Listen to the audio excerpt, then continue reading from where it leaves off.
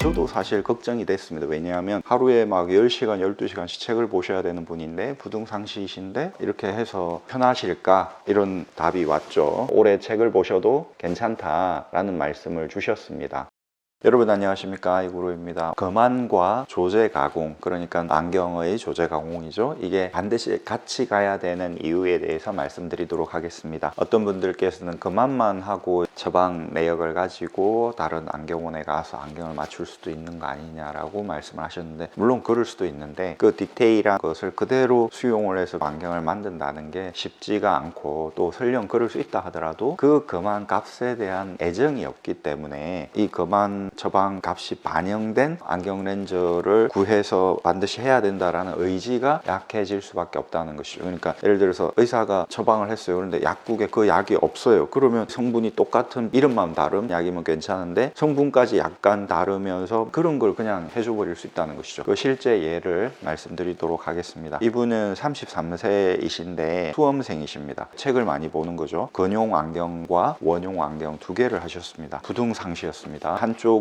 눈이 많이 나쁘고 한쪽은 덜 나빠가지고 많이 나쁜 쪽이 근시일 경우 작게 보이는 거죠. 여기는 크게 보이고, 그래서 두 개가 융합이 안 되는 겁니다. 부등시라고 하는 것은 2디옵터 이상 차이가 나는 것 같지 않다라고 말을 하는 것이고요. 부등상시라는 것은 좀 더 구체적으로 상 자체가 하나는 좀 크게 망막에 맺히고 하나는 적게 맺혀서 융합이 안 되는 그런 걸 말하는 겁니다. 오른쪽은 마이너스 525에 마이너스 125 180축이었고 왼쪽은 마이너스 150에 마이너스 125 180축이었습니다. 그리고 상사위도 0.5프리즘 있었고요. 3프리즘 베이스인 외사위였기 때문에 PRC를 봐야 되겠죠. 파지티브 릴레이티브 컨버전스를 봤는데 폭주 여력을 본 거죠. 4프리즘 정도밖에 안 됐습니다. 폭주 여력이라도 있으면 견딜 수가 있고 눈이 덜 피곤한데 눈이 많이 피곤한 거죠. 근거리는 5프리즘 외사위가 있었습니다. 근거리의 PRC는 3프리즘이었고요. 근거리도 대단히 힘들고 원거리도 힘들다. 거기에다가 부등상시까지 있으신 거죠. 근거리 도수는 마이너스 400에 마이너스 125 180축이었고 왼쪽은 마이너스 100에 마이너스 125 180축이었습니다. 근거리를 검사할 때 원거리를 측정하고 거기에 가입도를 측정해서 하는 경우가 많죠. 보통은 가입도 양쪽 같이 넣기도 하고요. 그런데 저는 그렇게 하지 않습니다. 근거리는 오히려 원거리보다 중요하다는 생각이 있기 때문에 근거리는 완전히 다르게 검사를 하는 겁니다. 근거리 검사를 따로 하면 난시축이 달라지는 경우도 있는데 이분은 180도 180도 정확한 직난시였기 때문에 난시축은 바뀌지 않았습니다. 난시 도수도 바뀌지 않았습니다. 그런데 오른쪽은 플러스 125를 넣어야 되고 왼쪽은 플러스 2050을 넣어야 되는 눈이었던 것이죠. 이렇게 해서 렌즈를 두 조를 주문을 했죠. 근거리용 부등상시 렌즈 그리고 원거리용 부등상시 렌즈를 했습니다. 그런데 근거리용은 제대로 왔어요. 그래서 벌써 만들어서 보내드렸습니다. 3월 17일 날 검사를 하셨어요. 그러니까 지금 4월 17일 거의 다 돼 가니까 한 달이 걸렸죠. 한 달 만에 원거리 렌즈는 이렇게 왔습니다. 이렇게 두껍죠. 원거리 왼쪽 렌즈는 이렇게 얇습니다. 두께 차이가 나는 것입니다. 중요한 것은 중심 두께예요. 이렇게 만져보면 압니다.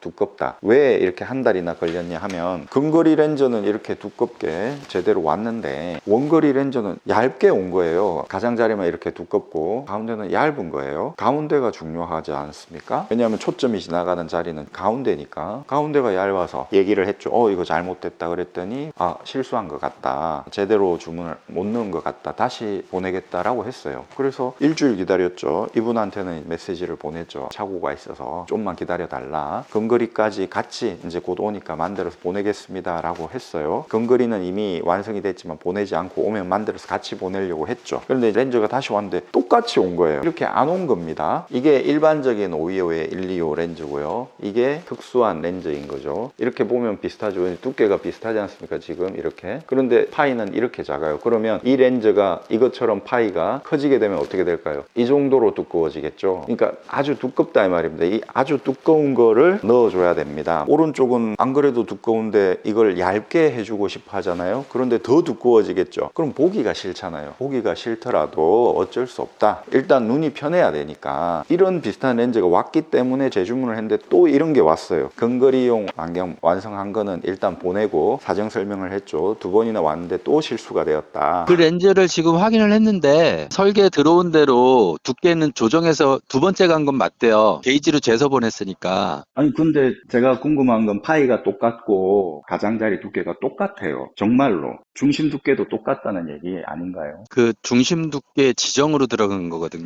그러니까 첫 번째는 저희 직원이 실수로 지정을 안 시켰나 봐요. 근데 두 번째 들어갈 때는 지정을 하고 나온 거를 게이지로 재서 보냈나 봐요. 아닙니다. 여직원 사진으로 보냈습니다. 똑같다니까요, 두께가. 그럼 한번 보내줘 보시겠어요? 아니, 근용하고 원용하고 왔지 않습니까? 근용은 제대로 왔다고 제가 하지 않습니까? 아니, 그 저희 직원이 일단 확인을 해서 보냈잖아요. 그냥 보내드린 게 아니라 실수한 거니까 저희 네. 직원이 베이지로 저기 재서 보냈다고 그러니까 그냥 보낸 게 아니라서 그 정도 두께면 손으로 만져도 느껴지실 텐데. 그러니까요. 아이고. 영상통화 한번 할까요? 제가 요거 사진 보여드릴게요. 제가 지금 외부라서요. 예, 그 여직원을 믿지 말고 여직원이 실수도 한 부분이지 않습니까? 지금 이렇게 온 거는 틀림없다고요. 일단 먼저 보내주시면 오늘이라도 보내드려야죠. 보내드려야 되는데 도수가 더 높은데도 불구하고 원용은 1.25디옵터가 더 높은데도 불구하고 네, 똑같으니 더 얇으니 이게 무슨 네. 일이냐 했더니 실수를 인정하고 다시 주문 넣겠습니다 해서 그러면 이 원용은 어떻게 해요? 프리즘까지 들어가는데 버려요? 이랬더니 폐기 처분해 주세요 이러더라고요. 다행히 폐기 처분 안 했습니다. 폐기 처분했으면 같이 보내서 비교할 어떤 것도 없지 않습니까? 왜 일처리가 이렇게 되는지 보내드리긴 보내드릴 건데 아쉽다라는 생각이 듭니다. 네. 그 여직원이 어떤 광학적인 지식이 없는 것 같아요. 여직원은 아마 그 수치만 감안을 하지 네. 전체적인 렌즈에 대한 지식도는 없습니다. 네. 렌즈는 일단 오늘 발송을 해주시면 감사하겠습니다. 예, 알겠습니다. 네네, 어쩔 수 없고 네. 보내겠습니다. 보냈습니다, 두 개를. 그랬더니 확인을 하시고, 아, 잘못된 것 같다. 다시 보내겠다라고 해서 이렇게 온 겁니다.